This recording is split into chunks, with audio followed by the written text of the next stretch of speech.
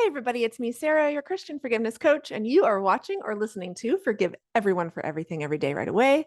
And today I want to share with you how I practice this, like as a daily skill, forgiving everyone for everything every day.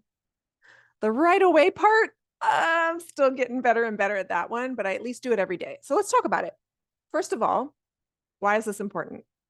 Remember last week we talked about blessings. If I'm stuck in unforgiveness, I am not blessed. I am suffering in that area. I am cursed in that area. I am being tormented in that area. So, the reason learning how to forgive everyone for everything every day right away is so that I may receive blessings. So, Jesus said he was going to give us the keys to the kingdom of heaven and that we could accomplish heaven on earth. So, do we know what those keys are? Do we really understand how to do that? In Matthew 16, verse 14 through 19, he says, I will give unto thee the keys of the kingdom of heaven, and whatsoever thou shalt bind on earth shall be bound in heaven, and whatsoever thou shalt loose on earth shall be loosed in heaven. So, what's binding and loosing?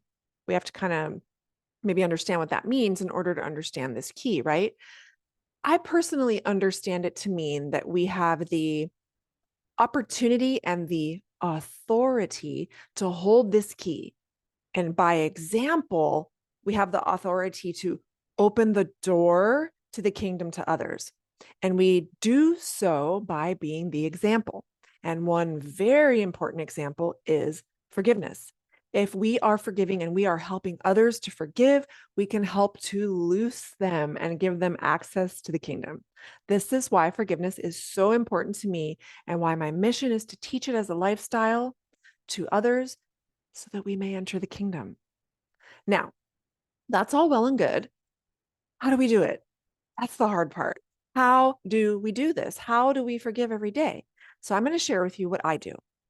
Now, that doesn't make it the right way. By all means, I want you to explore and find what works for you, but I'm hoping that by sharing what I do, you can find your own daily practice of forgiveness. So, first things first, I have to be aware of what is going on in my mind and body. What am I thinking about on a regular basis? How do I feel most of the time? I can use these as cues to where I'm currently at in my forgiveness work. And that takes a lot of practice. And sometimes it is not easy to kind of step outside of your own mind and just observe it. It's challenging to do so without judgment. There are some wild thoughts going on in there. And if we're not paying attention to them and managing them, that can lead to some, let's say, less than desirable results in our lives. So if I don't pay attention to the thoughts I'm thinking, I would personally be probably severely depressed most of the time. You might too, or you might maybe be really, really anxious all the time. So it's with that awareness and management of my thoughts, like it's absolutely possible to renew the mind. And it does take work. It's much easier to just hide under the covers and be depressed. It's easier to just take a pill, have a drink, watch TV, eat something, go shopping, or avoid, just anything to avoid our own minds.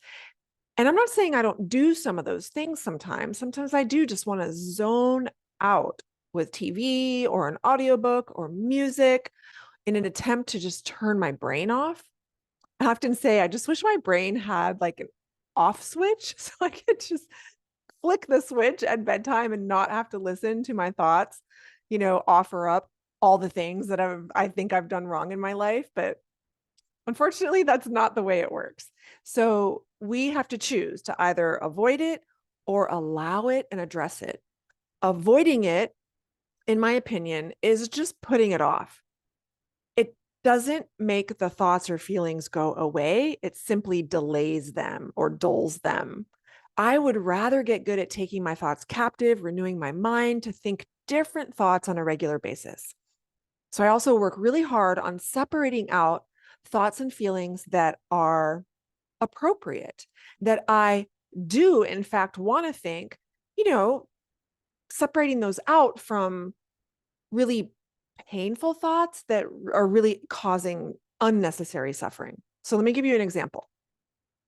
Right now, in this season of my life, I am dealing with a lot of sadness.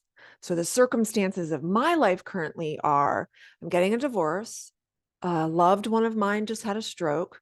I am helping to take care of another family member at the end stages of cancer. I have two teenagers that don't need their mom that much anymore. So it's a lot of like life transition stuff happening all at once. And that's hard. It's a lot. It's heavy and it's sad. But here's where I have to manage and pay attention to my thoughts so that I don't add unnecessary suffering.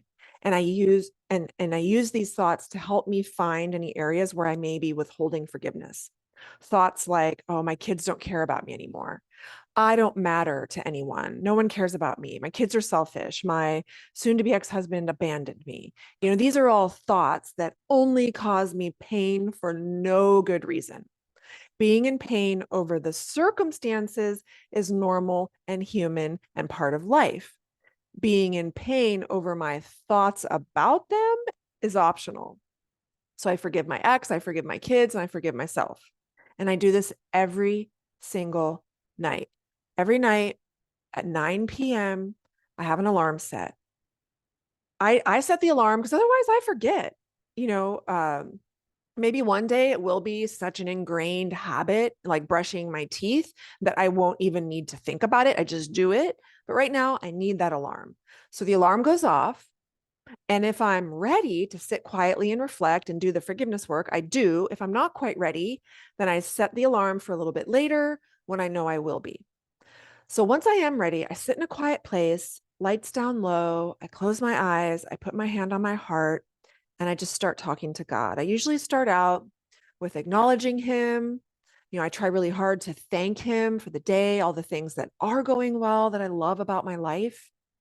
And then I either ask Him to reveal to me any areas where I'm withholding forgiveness, and I just stay open to whatever is revealed to me.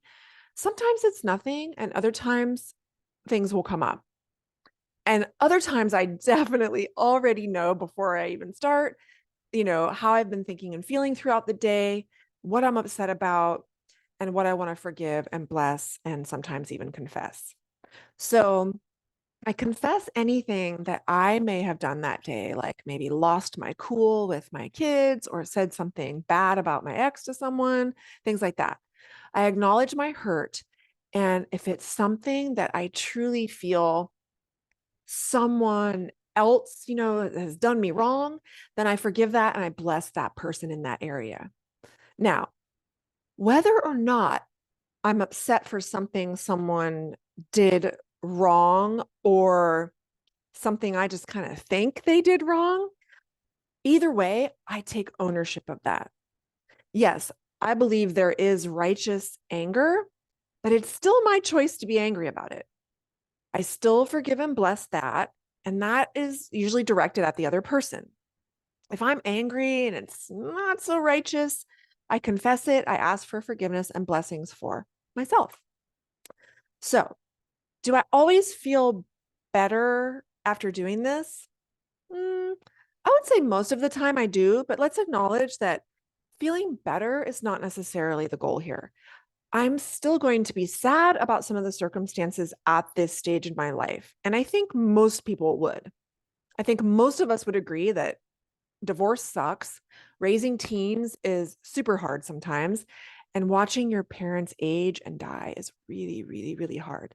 So, yeah, I'm still sad, but there is peace in that sadness with this work. And that's how I know I've forgiven. And I'll take sad and peaceful over sad and tormented any day. And I also remind myself that this is temporary. I know it doesn't feel like it in the midst of it, but it is. I can look back and I can remember times in my life for many, many years I was happy and there were very few struggles in my life. So this is my season right now, and that's just life. So I hope that my example helps set an example for you and that you can incorporate daily forgiveness into your life. As always, if you need additional support, you can always book a call with me. Your first one's always free. And if you want to spread the message of forgiveness with me, please leave a review for the podcast and share with anyone you know that might benefit from the message. All right. Talk to you next time. Bye.